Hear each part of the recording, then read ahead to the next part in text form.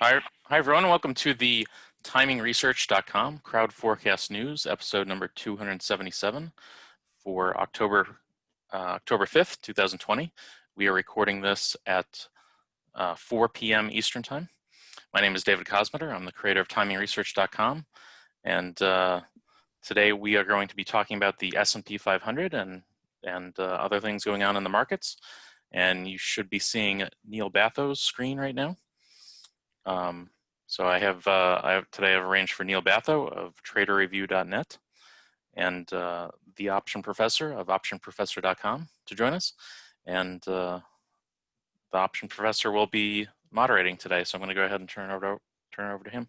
Okay, thanks, David. A big day in the markets. Everything that wasn't nailed down seems to be going up today pretty much, and it'll be interesting to hear what our guest is going to say about all the different things going on right now. So today, again, we have Neil Bathos with us, and he's going to explain his website a little background on himself, and then we're going to dive right into the markets and see what's going on. Neil, introduce yourself if you would. Okay, thanks, Tim. So I've been running Trader Review for several years now. I used to be a broker back in 98, 99, long time ago now. And I realized that being a broker, some brokers can help people, but for me, when they did our training, it turned out to just be an asset gathering job. So that's really what a financial advisor does. We were called investment executives, but it's all the same. They want to gather your assets, put it under their umbrella, diversify you, do a risk objective, et cetera, et cetera. And I realized it wasn't for me because there wasn't a lot of strategic stock picking at all in there. You would have to just sort of hand it over to the money managers.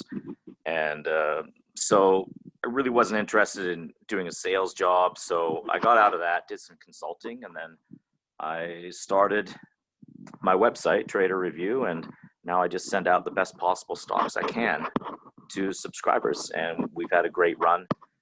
We missed the downturn earlier in the year completely, got out 2 weeks beforehand and bought bonds, and they skyrocketed. And we've been buying since the bottom ever since. All right. So a lot of stuff to go over here today, Neil, but we're going to go over some of our standard questions we have on Mondays. And the first one is the S&P 500. It opened today at 3367. So if you're bullish, you got a jump start of about 30 points, 40 points. But which way do you think the market will go from today's open, 3367, and Friday's close? Well, I appreciate the jump start, Jim. You never give me one of those before, so, ever. That's the benefit of going at 4 o'clock rather than 1 o'clock, right? Well, yeah, obviously. I'm going to say up. All the technicals are pointing up everywhere I look. And so you got to go with the technicals. I'll get into those a bit later, but I would say, 80, 90% chance up for the week. Yeah. And you say some of your technicals, but, if you could just expound on some of the fundamental or technical things that you're looking at that leads you to believe that this big move on Monday will be followed by additional upside. Yeah, sure. So when I worked as a broker, I was lucky enough to do a seminar with another firm, and I was a rookie. I was in my 20s, and I let them take control of the whole thing, but it was on point and figure charting. And when you're in college, they teach you that you can't beat the market because you learn efficient market hypothesis and all of this type of nonsense that you can't beat the market. And it's just simply not true. So remember, it's a hypothesis they're teaching you. It's not fact. They got to teach you something. So I learned a concept in there called the Bullish percent concept, invented by Charles Dow in the 1800s. And this is with the X and O charts. And the bullish percent concept every stock in the S&P 500 or Dow or whatever you like to choose will have one vote if it's on a short-term buy or sell signal. And so this can move from 0 to 100. And in the crash earlier in January, it was right around, if I remember correctly, around the mid 70s. And then when it starts ticking down below 70, it's going to be bad. And so we just got out. And then when it hit the bottom back in March, it was at 2. So you can imagine only 2% of stocks look good. And then when that reverses, then you can get a huge surge.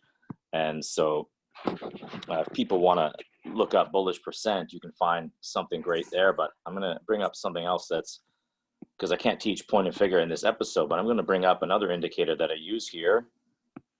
And this is percent of stocks above 50-day moving average. So is that coming up on the chart, Jim? Yeah, we got it right here. Okay, so this is something I can teach, right away. I can just show you. So everybody knows, if a stock is above its 50-day moving average, that's probably a good thing. It's probably going to keep moving. And so this will say, well, what percent of stocks are above the 50-day moving average? And if you look back at March, it's again around 2. So as this indicator starts moving up, it's a better indicator than just to trade, look at the S&P 500, because as you know, the top 3 stocks account for, I think it's an astounding 30% now of the entire index: Amazon, Microsoft, and Apple. So here we have a move today up to 51%. But if you'll notice that in September, as stocks were crashing, if you look at around the 60 level, and I can't write on this chart at the moment, but you can see when it was at 60 and it starts moving down, then that's bad. So you want to trade with the overall technicals, and now there's a really big improvement. And so I can even do a shorter time frame. This is percent of stocks above the 20. But is the cloud still above it? Actually, you know what? The cloud, you can't really use it on this type of indicator. Okay. I just think it's just not really relevant, but I just can't take it out. But here's the 200-day, and I wouldn't recommend using the 200 on market rebounds because it'll take absolutely forever to get back there. So I would go back here, I would look at the 20 and look at March. And when stocks are crashing and you're thinking, well, when am I going to buy? You look over there at March at that extreme low, and then when it starts ticking up, it's pretty easy to see, okay, stocks are moving up. The percent of stocks are getting better, right? Because when stocks will crash, when there's a big crash, you usually have a stealth bear market beforehand, for a couple weeks or even a couple months, where the smaller stocks in the S&P 500 will start falling off, but the big ones, Amazon, Apple, Facebook, et cetera, will keep going up. So the mega cap stocks will keep rallying, and then you'll see this little stealth market underneath it. And that's when you basically just have your finger on the button to sell, and that's what we did in January. And in January, bonds were rallying also, which that shows increased risk. And so, I mean, I was literally, salivating at the concept of making money on shorts. I was really excited earlier in the year. So. Well, so anyway, those are some of the ideas you have behind why we think we might be higher between now and the end of the week. Could you have any ability to look at short covering or short interest? Because today's action, reeked a little bit of a lot of buying coming in. And of course, a lot of selling has already gone on when we went down to 3,200. So I was wondering if this was an order imbalance day because the president came out of the hospital or is coming out of the hospital, and everybody is thinking maybe stimulus might get passed. And if the stimulus got passed before the election, maybe it could get a rally. I mean, is it basically a little short covering and spec that the stimulus might get done because Trump is going to want to get it done before the election? I think it's a little bit of that, and I think it's a little bit that Nancy will not be in the Oval Office. Right. Which is the dream of her entire life, to sit behind that desk. So sort of how when stocks started rallying in the spring, it was stocks will, part of the reason they were crashing, not just the virus, they were crashing because of the possible concept that Bernie Sanders may win the nomination. Right. And could be president. Right. When you have an avowed communist in the United States to be president. Right. And so then stocks started rallying when it was as sure as possible he would not be the candidate. And that was enough for stocks to rally. So I think even now, Nancy not behind the desk is enough of a reason for stocks to go up. So. Right. But I was looking at the Qs. I don't know. Do you follow the Qs? Yeah, I can bring it up. And if you look from the high point of 303 and the recent low of 260. And you took about 61% of that drop. You get about 26 points, which takes you about 286. And today we hit 280, which was a nice move, but it's coming off of a pretty good drop. And the cloud there, though, does look like it's underneath the market, huh? Yeah, well, the cloud stocks can bounce off the top of the cloud. It's used as support and resistance, Right, but also an area. So as you can see, it moved into the area. So right. that means it's still in a positive trend.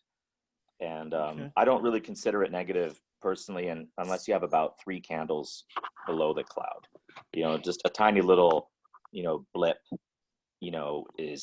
is not going to be quite enough. But if you look over, I'm going to expand it here to March, where when things were crashing, you can see how, you get that move down, it breaks it, and then you get the inevitable little bit of a rally and then the big move down. So cloud is very effective.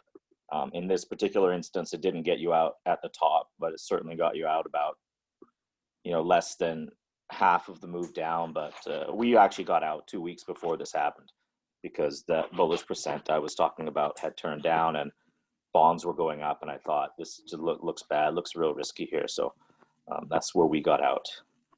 But what was your question about the Qs? I'm just going to expand it here. No, I was just looking at it technically from the standpoint of the high was 303 and change. The low was about 260.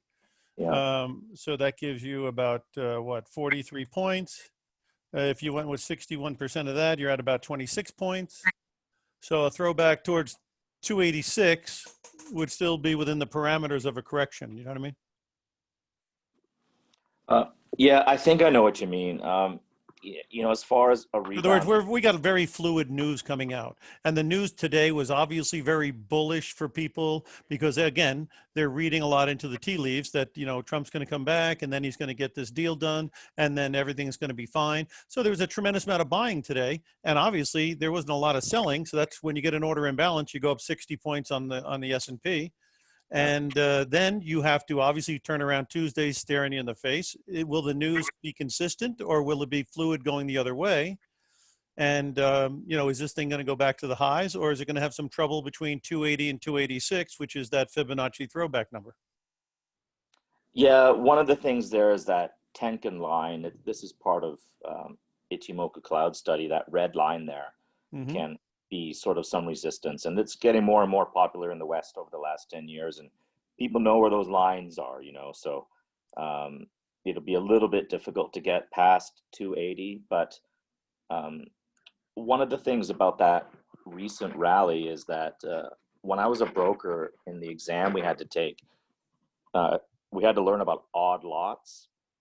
And when there's a tremendous amount of odd lots, so these are, rookie traders buying, 75 shares and 103 shares and things like that. And when you have a tremendous spike in odd lots, then it's almost assuredly a market top. So I'm glad we talked about this, Jim, because that was on my list to try to find an odd lot indicator or even just program one myself. And then you'll know that that big spike up there was just the guys from Robinhood, Right. doing. And if it's the guys from Robinhood, you can think, okay, great, this is not a real rally. I can look to possibly short it at any moment, and then we'll get back to business. So I think it might have just been an odd lot rally. It's funny. I was told that the reason these companies now sell stocks by the slice, where you can have a $5 bill and get Right. fractional shares, is because of all their market making, they are loaded around with a lot of odd lot shares, Yeah. and this is a way for them to get rid of that inventory. Ah, that makes a lot of sense. Yeah, because I was wondering why would they want people to be trying to put in $50? What's in it for them? And I guess what's in it for them is they have inventory of odd lot shares that they've had to be involved in, and their market. That's what I heard. I don't know if it's true or not, but it makes sense that something like that could occur. Yeah, I should do a Google alert for odd lots. So whenever any news comes out for odd lots, Mm-hmm. then it comes out. Now, as far as what you're looking at in the markets, do you have different sectors you look at, or are you just looking at a basket that you keep a track of, or what do you look at? I try to look at stocks that are a combination of just sectors. So my basic analysis is where's the market going? After that, where are the sectors going? And then where are the individual stocks going? So I'm looking at the market. I'm thinking, okay, the market's pretty good. And then I'll look at the sectors. And I've been avoiding financials for a while, but I'm thinking about getting back into financials soon. And we've been avoiding oil and gas for months, even though we bought some on the rebound. But I think today, actually just today, is time to get back into oil stocks. And so we actually got into the ETF Gush. I never heard of that one. Yeah, Who, well, it's a who fun, underwrites Gush? that's why I like to trade it. Yeah, I said who underwrites that? Who's the sponsor of it? It might be Direxion. Yeah, it is Direxion. You're right. Yeah, they and do. Is it like, oh, it's 2 times, so it's got leverage. Yeah, I do a lot of the leveraged ETFs, so oil and gas. Yeah.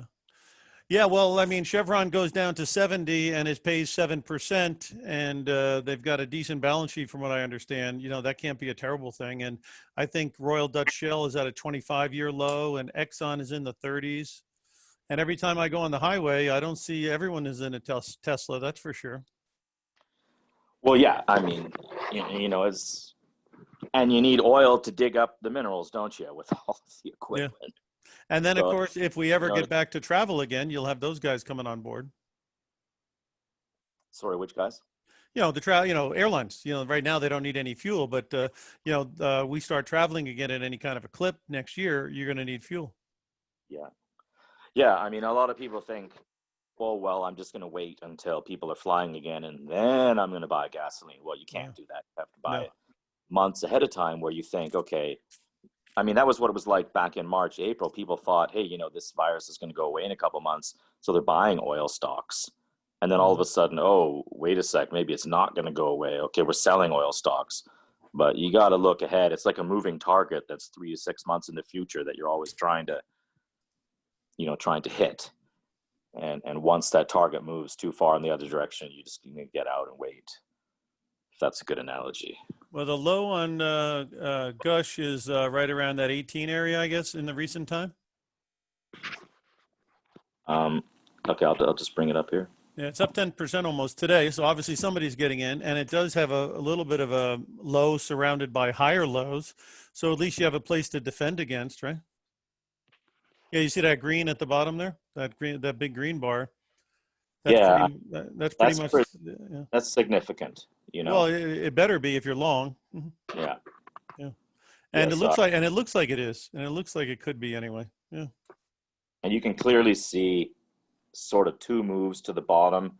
So around August 20th or so, you get a bit of a rally. Another one early September, and these are what's shaking out everybody.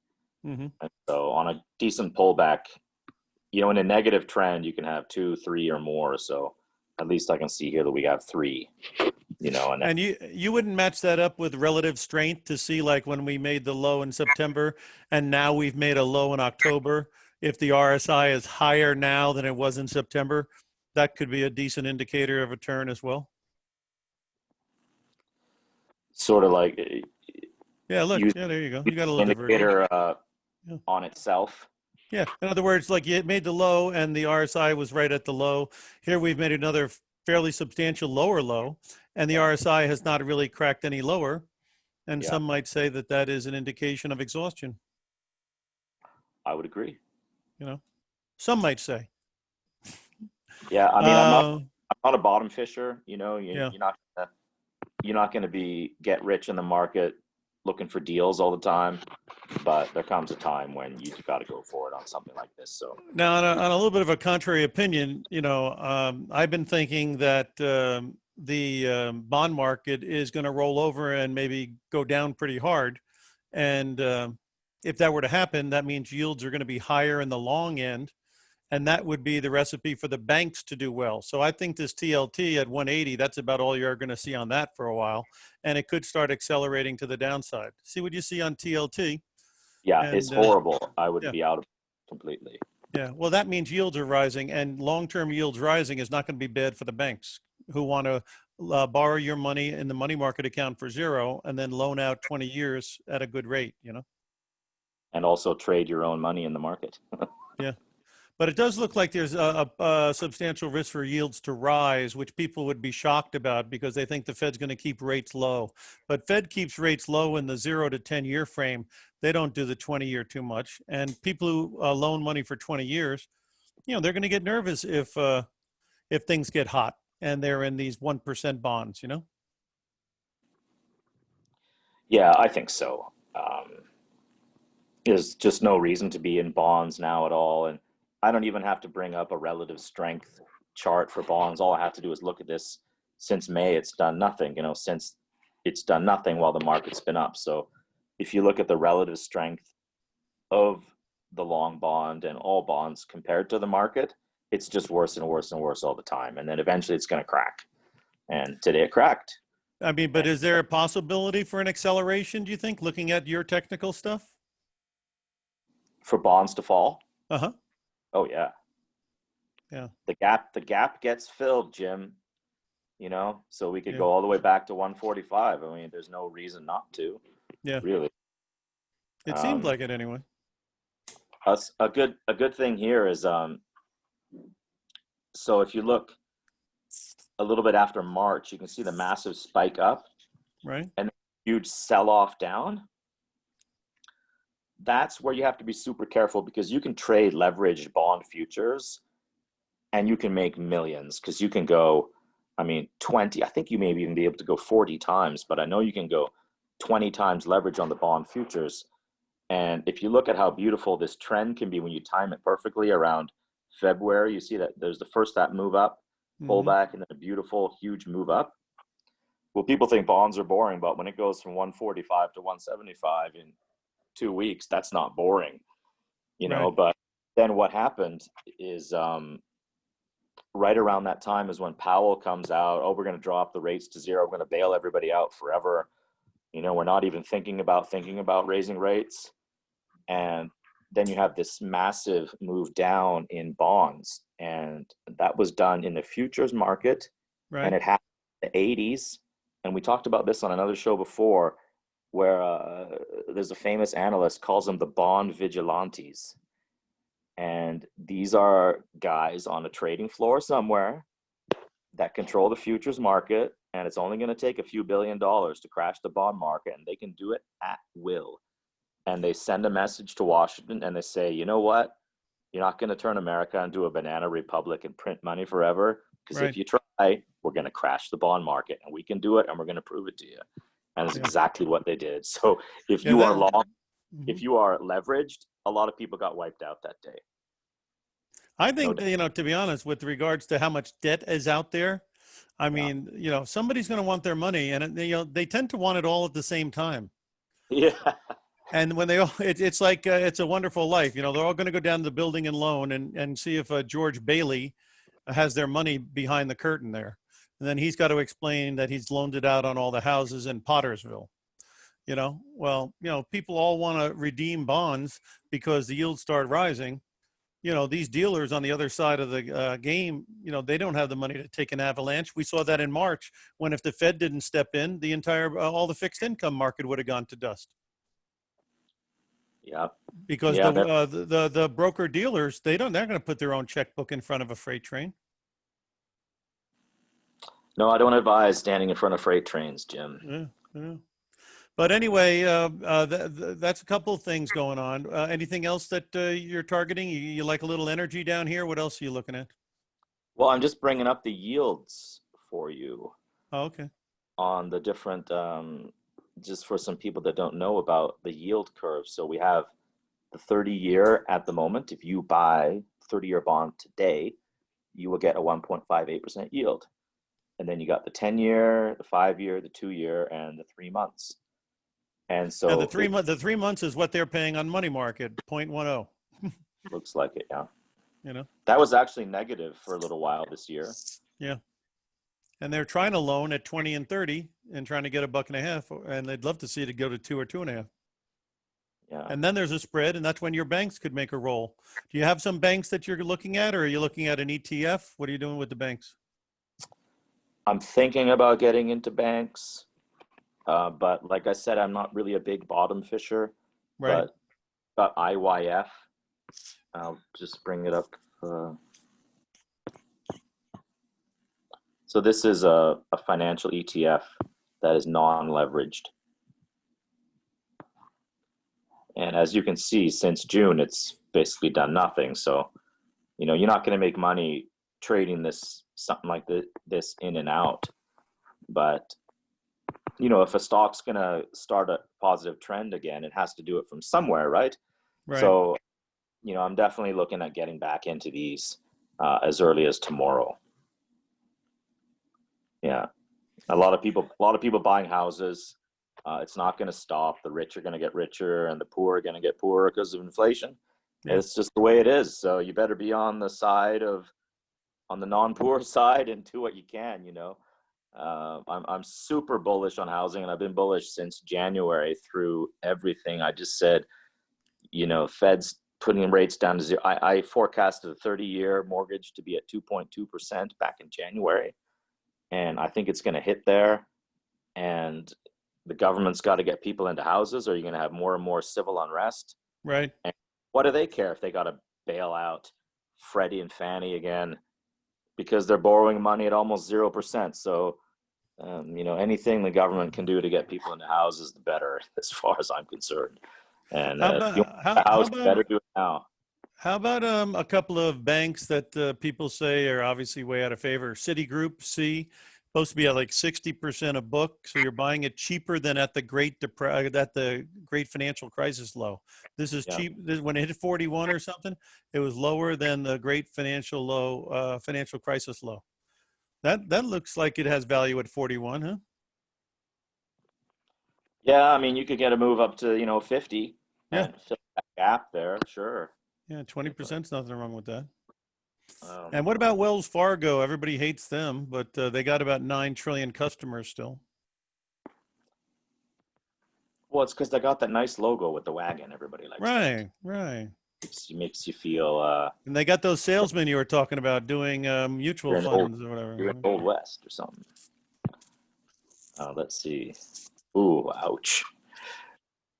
Yeah, I mean, if you're a bottom fisher, I'm not a big bottom fisher, but all they got to do is, well, did that CEO get fired, or is he still around? Who had all No, those he's fake? still around. He made that one comment about minority talent, but I think he did enough Hail Marys and Our Fathers to get him through.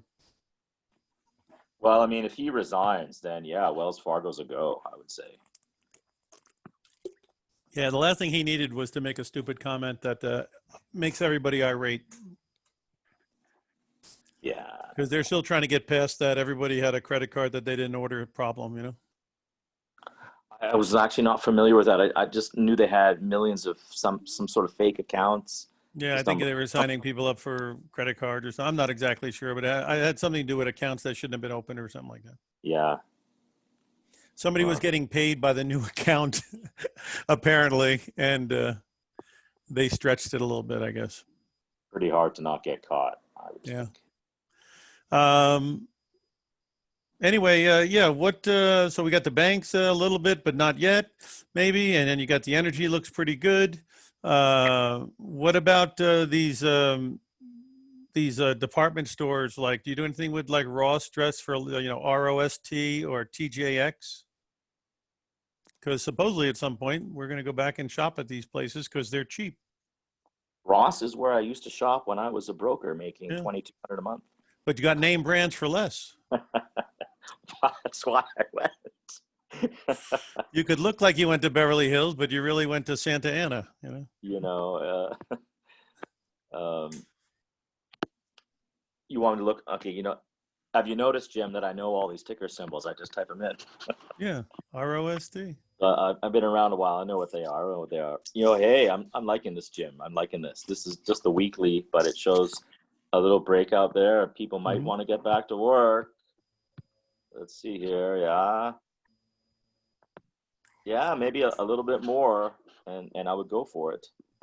What about TJX? TJX is another cheapie. Oh yeah, TJ Maxx. Yeah, I also used to shop there. That's where you got your coats, right? Burlington Coat Factory. Yeah, what you got there? Yeah, maybe a little bit. Well, not quite yet. There's a retail ETF though, RTH, I believe.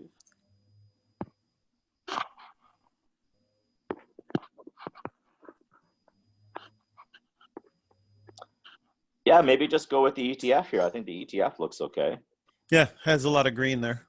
Yeah. Like I say, are we getting closer to the therapeutics and to the vaccine, or further away? So most people would say closer. Are we getting further away from the stimulus? Most people would say closer. So, according to all these people, they think that the sideline money is going to run into the market and get everybody going here. We'll have to see. Or, you know, what about buy the rumor, sell the news, Jim? Right? I mean, a vaccine is almost going to be imminent. Right. People buying the market as the first day it's available, sell your stocks in case the whole bloody thing is toxic and hospitals can't get, don't have enough beds for the people to get in. So yeah, I mean, the virus is a wild card. If it's very bad and we have to close down again, nothing like that is discounted at all. And what do you call it? If the stimulus comes out and it's very skinny, I don't think that's discounted at all. And if earnings, the comparisons are going to get tougher because obviously the demand was pulled forward. So some of these companies like Zoom might have a hard time repeating some of their COVID numbers, huh? yeah, it's all about future expectations and the earnings. So yeah, it doesn't matter how great your earnings are one quarter, it's only what you project them to be the next quarter. And if you're growing at 35% and you say things are going to be awesome, we're going to totally grow next year, but only at 25%, then that stock's selling off 10% after hours, that's for sure. So now silver and gold got a bang to the upside. Is it a dead cat bounce, or then there's more wood to chop underneath, or do you think they might have hit their lows? I don't like these big rebound plays. Okay, I'll bring up gold here. So you got to think, why do people buy gold? It's because they think gold is better than stocks, right? And a lot of times gold is better than stocks. And, in the early 2000s, all we did was trade oil and gold for basically 2-3 years straight. But it doesn't mean, it's always the place to be, right? If someone was to say, hey, Neil, you need to bury you need to bury $2,000 in Federal Reserve notes or a 1 ounce coin for the next 20 years, I'd say, well, give me the gold coin, but yeah, you might get something here, but it's pure speculation at this point. We haven't traded gold and silver in a while. We traded silver earlier in the year, and twice we got gains of over 40% on some leveraged ETFs, which was great, but I'm just not really into it right now. Gold goes up because there's an increase in the money supply and deficit spending. So if Bernie Sanders was president, gold would be at 5,000 an ounce. So no, I'm not big on it at the moment. So a lot of times you'll use the leverage ETF to express your opinion, huh? Yeah, I mean, I'll specialize in the entry point. So, for example, since we got the gold chart up here, so just below right around the 1800 level, 1750, 1800, the Right. trend was so nice and so beautiful. That's when I'll get into a leveraged ETF. But on a type of strange rebound play here, I don't really know what's going on, then, I'll just avoid it. So normally when I trade, I like to trade the best things that are available, and I'll use a leveraged ETF. But if I'm a little less confident or a sector is just starting to get into favor, then maybe maybe we'll use just the single leverage ETF, like I said on the financials. Here's a good example of what we did. This is AGQ, the double leverage silver ETF. Oh yeah. So just a little bit after July, we had this massive move. And so we were in this double leveraged ETF because unfortunately the triple one, which we used earlier in the year, was delisted. I can't believe it. I don't know how they could do that to me.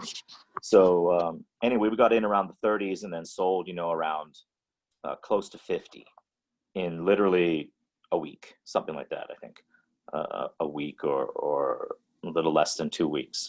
So when something looks, so incredibly nice, and then now it's just a rebound speculation play. It's not going to have a nice trend for a long time. I just don't see it happening. Yeah, when you get a parabolic move and then it comes down, a lot of times it takes a lot of time for those moving averages to catch up with the price because they got so far away from them. And so that's why you get bouncy. I thought it was going to stay in a range of 30 and 24, and then at some point pull back maybe to 19 or 21. It did pull back towards 22, I think. Yeah. It went further than a lot of people thought and further than I thought. So we didn't hold quite to the top, unfortunately. We got out around that first amount of crazy consolidation. But since I got the chart up, if you look back at March, at that move down to $12, we hadn't traded gold and silver for quite some time earlier over last year. But when I saw silver went to $12, literally at the exact same time, interest rates go to zero, and Jerome Powell is saying he's going to print trillions. I look at this and I thought to myself, I've never seen such a good trade in 20 years. I literally was ecstatic. And I wrote all my members, I said, look, we don't normally trade the futures market, but get into silver futures immediately because this is going to go up. It has to go up. And you could have just made a killing. We made like 46% on the triple leverage ETF there. And then that was delisted. We made 40-something% after again. But if you ever see something like that, that's why I say you always have to get approved for futures because you never know when you're going to need it. And good God, I've never seen anything like that in my life. Maybe something to do with JP Morgan's naked shorting that they've been accused of. I didn't know and I didn't care. So. With regards to any other commodities like coffee, sugar, soybeans, is there a future in any of those? I have sugar on my list here. I did see that, yeah. Yeah. I was thinking that as soon as it broke above 1230 recently, it was get into the pool, but nothing can really be trusted in this environment. Well, what I know about sugar is that when stocks really crash, sugar's a good place to go. And do you see the 1230 area I was talking about? That's pretty much where it broke out from. So that was a good entry level. Yeah, it looks good. And it's up today again, huh? A little bit. Yeah. I was following this earlier in the year, but not so much lately because the market's just sort of been in full swing. Yeah. What about the big debate, Neil, about value and growth? How about if we took like SPYV, which is the S&P for value? Does it look like it's actually going to take off? Because, it tried to take off and everyone got in there and then it pulled back and it's had so many false starts. People are afraid to trust it. Yeah. It looks like it's still got a little more wood to chop to get above the resistance, huh? Yeah. I was with the value train for a little while there, but growth just keeps beating it. Yeah. And value keeps trying. I think it's because the value needs to have these yields rise and these banks to get on their bicycle to make them feel like the economy is really going to re-engage. Because if it's not, you got to go with the Pelotons and the Zooms and the Teladoc and the cloud business and everything that benefits work at home. Yeah, you just got to stay with the trend until the end. And sometimes those trends can go longer than you ever think possible. Can Zoom reach 1,000? Who knows? Maybe. Well, with zero interest rates, the valuations can go anywhere they want. Yeah. Speaking of valuations, Apple's price to earnings ratio, last I checked, was 40. Why don't you throw it up there and see what that chart looks like? Because a lot of people were talking 80 to 100 would be the place to get on board. But it went to 103, and now it's kind of going the other way a little bit. But is it something you can trust? I don't trade Apple, Yeah. but I just checked the PE. It's 35. Yeah, it was at And almost 40. Yeah. a couple years ago, I believe Apple's PE was only 20. Yeah. So it's not just a stock rally. People have to remember it's a PE It's a PE rally. Right. And if those yields on the long rates go up, that changes the calculus. That's why the the yields on treasury bonds rising, changes the mathematics on how you figure valuation, because part of the valuation is the yield versus treasury. Okay, can you They call it more risk-free in yield. depth on that? Huh? Can you go a bit more in depth on that? So you're trying to say Yeah, what's basically, when they're trying to evaluate a stock, obviously they're going off of sales and earnings and revenues, whatever. But they also factor in the interest rate environment. And when the interest rate environment shows you almost zero on interest rates, valuations can be stretched because you're not competing against anything. yeah, So, because there's no competition in a zero interest rate out of treasuries. no, So they then will be more liberal on how much they will pay for one share of stock. yeah, Problem is, as soon as they blow the whistle out on the low interest rate environment for whatever reason, everybody has to change the calculus. And if the earnings are going to pull back and the valuations are going to pull back, that's how you can get some pretty significant drops. Apple, they're betting pot on the 5G and the Apple 11, and obviously historically they've been able to sell out of these things very, very well. So that's obviously the way people are betting. But if that's not the way the cards turn, you got a lot of people leaning one way and going the other. Because I heard Apple really hasn't increased their sales of the iPhones lately. They just increased prices on some things, which makes their revenues look better, but their amount of unit sales haven't been growing. But Apple's a hard one to say anything negative about because obviously it's been such a great performer. yeah. And I'm looking at the PE is 35, and the yield is 0.73. Because eventually a growth company has to pay a dividend. But you know what I think of sometimes, Jim? I mean, if you bought this stock 10 years ago, Yeah, well, your yield is what? 20% maybe. exactly. So you're Not making only a that, killing. You put on uh, 100 grand 10 years ago. Well, Apple's paying you 10 grand a year now. yeah. Right. Yeah, the big one for the home run this year has been that I was talking about was Freeport McMoRan started at 5 and it's tripled, Yeah. Yeah. That's always a great one for building and a weak dollar environment. infrastructure. Yeah. It was a big one in the early 2000s. Yeah, there it is up again. It's up again. Yeah. But it was a screaming buy down there at $5. Because, at $5, anything like this, they're either going to go out of business or you're going to fly. So it's like buying an option that never Yeah. expires. True. Basically a rallying due to not going out of business. Right. True. GE was supposed to be that as well when it went down to about 5. Oh man, I haven't looked at that in over a year. I don't Yeah. even know. Well, they're trying to figure out how to clean up the shop and, Oh, pay horrible. down debt and everything else. Yeah. Yeah. The relative strength. I mean, just looking at the chart is basically at nothing. One that shocked me was Bed Bath and Beyond, BBY. Yeah. I mean, every time I go to the mailbox, they have that 20% off coupon in there. Oh yeah, I remember that. And that thing went from 4 to 20 almost. Yeah.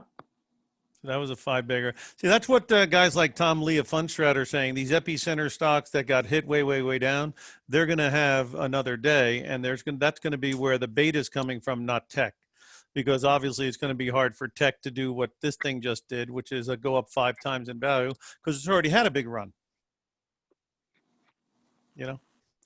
So that's why he's saying like maybe these airlines, maybe retailers like these people, maybe rent-a-car companies, maybe some hotels, Starwood Hotels or something, STWD. You know, maybe there's value in something like that. That's Well, that's the that's the lead dog right there. I mean, semis is like buying the Ferrari. it's my favorite thing to trade are Yeah, semiconductors. I mean, that's basically what I think runs the economy are yeah. semiconductors, you know. And with all the gaming, right? Activision's going nuts. Sony's going to come out with that new PlayStation. Yeah. Nvidia's got all the consoles. I don't know about much about gaming because I don't game, Yeah, well, but get a a lot couple of of people do, and teenagers. that's all that matters, right? Yeah, exactly. You Is know there a enough game? about it that people are doing it, right? You know, I've heard that some people are such good gamers and they get to such high levels in these games that they will do something like, you know, maybe they'll get superpowers or something like that. Right. And they can sell their login ID or whatever it is for that game for $100,000 or more Huh. because they got to these huge levels. And there's some people out there that are, you know, enthusiasts and they've got a lot of money and they think, oh man, I get the super crystal sword or something like that. And they want it real bad and they just buy it off these guys. And so I've heard that some of these hardcore gamers make a pretty good living selling these games where they got to high levels. Wow. Yeah, So what? I was actually into that in college. You know, like this was almost 20 years ago. But Oh yeah? I was into EverQuest, and I had this this this scheme or process I would do where I would buy in-game gold and then trade it for certain items and then resell the items for real money and make a Wow. profit that way. So Wow. yeah. Well, you have it. What was that? There you have it. Yeah. Yeah. It was player auctions was the site, but yeah, there was people and I guess still that they were selling their accounts for thousands of dollars. They'd create accounts and play them up Wow. and then sell them, or they'd, yeah, like I said, get items and sell them, Uh-huh.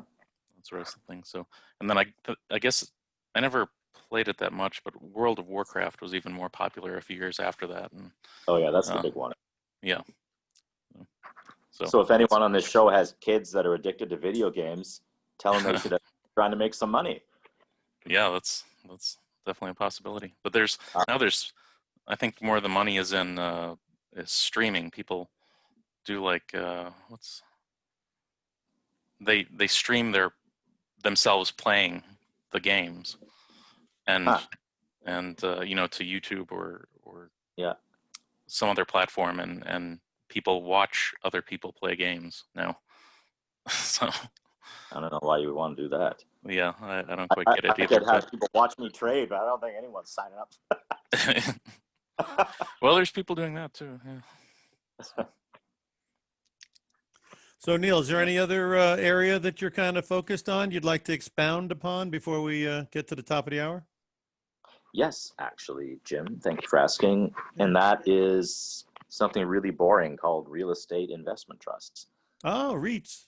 which have actually been moving. And you know what else has been moving? Has been utilities. Yes, they are.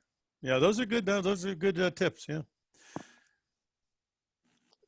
Here's one that I trade sometimes called American Electric Power. Mm-hmm.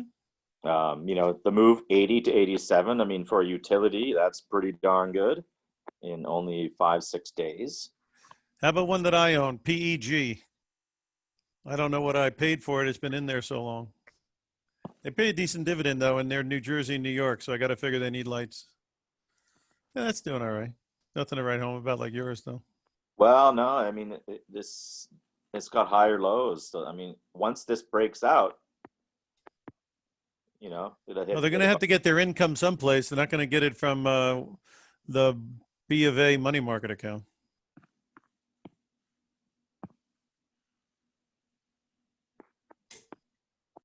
Here's another REIT, equity residential. It's maybe not the best one, but I got it off the top of my head. What about NLY, Annaly? I remember that one. They paid a 10% yield once a year, right? Yeah, and then they dropped the price 10%, so you're nowhere. Yeah, that makes sense. But people want that payout real bad. No, Right. I would avoid this. I don't like that. It's just not a real trend, in my opinion. No. No, I always thought this was a little bit of a funny company paying that one-time yearly dividend. Oh, yeah. Um, What about that Simon Properties, SPG, I think? oh, right.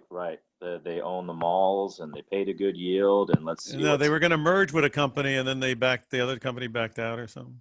Ooh, not looking so good. No. So there's the move earlier in the year with people thinking, hey, the malls are actually not going to go bankrupt and I'm going to get my Simon property yield. And then, oh no, no one's going to go to the mall.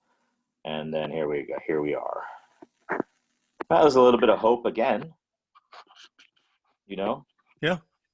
When I look at those things, I look at the Vanguard VNQ, and that seems to be on the verge of breaking out to the upside. That pays a decent dividend, and let them do the homework and pick them, you know? Yeah, that looks like it wants to go someplace, maybe if you can get above that 84, huh? Yeah. Yep. You know, one of the things I learned in trading is don't try to time that breakout before it happens. Right. You know, Just you buy it and just hope it doesn't take out 75. well, just pretend the bottom there is knocked off and we just have sideways movement, you know, Right. around 83. I wouldn't be buying around 83 constantly hoping it's going to break out one day. No. Better wait till it actually breaks out. Yeah, because there's a lot of real estate. If it's going to go, it's going to go. So, In other words, if it's got a 15% move ahead of it, it doesn't matter that you gave up 3% before you got on board. exactly, because you can be waiting around for months until it's finally going to move. You want to make sure the band is there and the girls are there before you go to the party. You got to write that down. Send it to me, Jim. You don't want to be sitting on the front lawn in your lawn chair waiting for those two items to show up. Well, that's what I did at the fraternity house, Jim. The workout. Hey, how about we do a little spitballing here? FireEye. What is the ticker for that? I think it's isn't it FIRE? Maybe they'll give you I'll just type it in. I thought it was, there it is, FEYE. Okay, and what is this? It's I think it's some cloud or security or something like that. It's a tech-oriented thing, but people were kind of, oh, yeah. How about those gambling stocks or DraftKings? Do you like DraftKings? DKNG? Let's see. I mean, ever since the NFL started, this thing's been on fire, along with Penn Gaming and Churchill Downs. But it was down today. Yeah, it's overbought, but you know, there's an interest there. There's no doubt about that. These guys are hooked up with ESPN, so you got the junkie guys watching the games, and now you got them at home with these. You can bet every jump ball. Wow. You know, and the people get hooked on this stuff. There's no doubt about it. Yeah, it's not for me. I think No. that's that Michael Jordan pop. Yeah. Yeah. Well, what about your area, Jim? What about the Las Vegas Sands? What is going? Yeah. What's the story in Las Vegas? Well, the story basically is MGM Grand and some people think Wynn, WYNN. They actually like Wynn quite a bit at the 70 area. I think it's in 70. But MGM's got some stuff going with the gambling. Anybody who's got into the gambling is getting a pop, as you can see. So they got a pretty good sports book at MGM, and there's goes the Wynn, kind of under the cloud. You could definitely get a pop here. Yeah. That's why I said that 71 looked like. Another one that I've been fond of is Gilead, GILD. I thought 61, 62 was a good area. Let's see what it looks like today. I think it's popping a little bit. Yeah, a little pop. Well, that's strange. So this is a biotech stock that hasn't participated in any biotech Yeah, rally. I think because they took a backseat to Moderna. Moderna had the MDRN or MDNR. MDNR. You just buy the basket that way, yeah. They all popped today, so you should have gotten something. I think that's Moderna, isn't it? MDRN, maybe. Yeah, Moderna. Oh, I think I might have. I think I did the wrong one. Oh.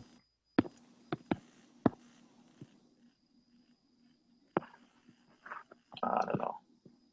Well, another one that popped here today was you had Moderna popping quite a bit, and that Novavax. I just brought up the Yeah, the single yeah, left biotech yeah. ETF, and we've traded biotech a few times. I like to do LABU, the triple leveraged. You got to be a little bit careful here because it's sort of like a spike of, hey, the new treatment worked on Trump, yay, Right. and it's, and then it's down the next day, so got to be a bit careful of that kind of stuff. But we that's did how people, that's how people got in trouble with Gilead, 82 to 62, because they were hot for a while and then they cooled off. Yeah, I mean, it's a sketchy one. I mean, I can practically guarantee you, Jim, and I'm not a doctor, so this is for entertainment purposes only. Right. But as soon as that vaccine comes out, we'll already be at by far the lowest hospitalization rate. Yeah, that's how Murphy works, right? It's always like that. Yeah. And then after everyone's vaccinated, 6 months later, they'll say, see, look, the vaccine did it. And all you have to do is graph and look at the numbers and say, well, actually, it probably didn't. It would have gone away anyway. It's like the suntan lotion showing up after the clouds cover the sun. Right. So the clouds came out, and then you put the suntan lotion on, There was no sun. and then you come back and you say, see, I told you got to wear sunscreen, right? I mean, correlation versus causation, right? Right. So, I mean, that's my personal opinion. And I used to be a big Ron Paul guy. Yeah. Back when he was running the last couple times. I actually think he could have won the second time he ran. He just didn't even realize he could have won, and he didn't go for it enough, but I really think he could.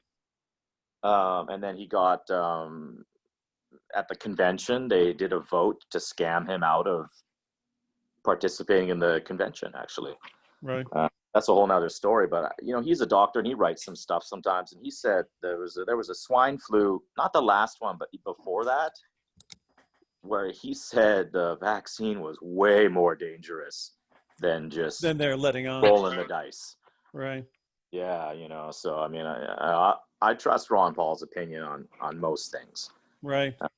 I think he blew it when he wanted to go back to the gold and silver standard overnight. I mean, it's just not going to work. Right. So you can't buy a fleet of F-35 fighter jets when you're on the gold standard, when you kind of need them. Right. Considering what's going on in the world, with China and Russia, and you can't say, well, we're going back to the gold and silver standard. And that's, he blew it a bit there, but I mean, I like the gold and silver standard, but I just didn't think it was going to work at that the time. moment. No. Well, listen, Neil, we are at the top of the hour, so why don't you wrap it up by, again, reintroducing yourself, your website, and if you have any special offers, this would be a great time to extend them at that time. Sure. Yeah. Just sign up. TraderReview.net. I give away a lot of good overall information on the markets and where I think things are headed, and give good overall commentary. Back in January, I told everyone to sell their 401ks, and I hadn't done that in 10 years since the last crash. And I got a couple of emails, people telling me I'm crazy and stop sending out my newsletter. And I said, well, that's fine, but I give away a lot of good overall commentary. I may not give the exact picks, that's for private members, but if you want to sign up, you can do that too. And it's only $29 for your first month. If you want to do that, you get a model portfolio to copy into your own account. Sure.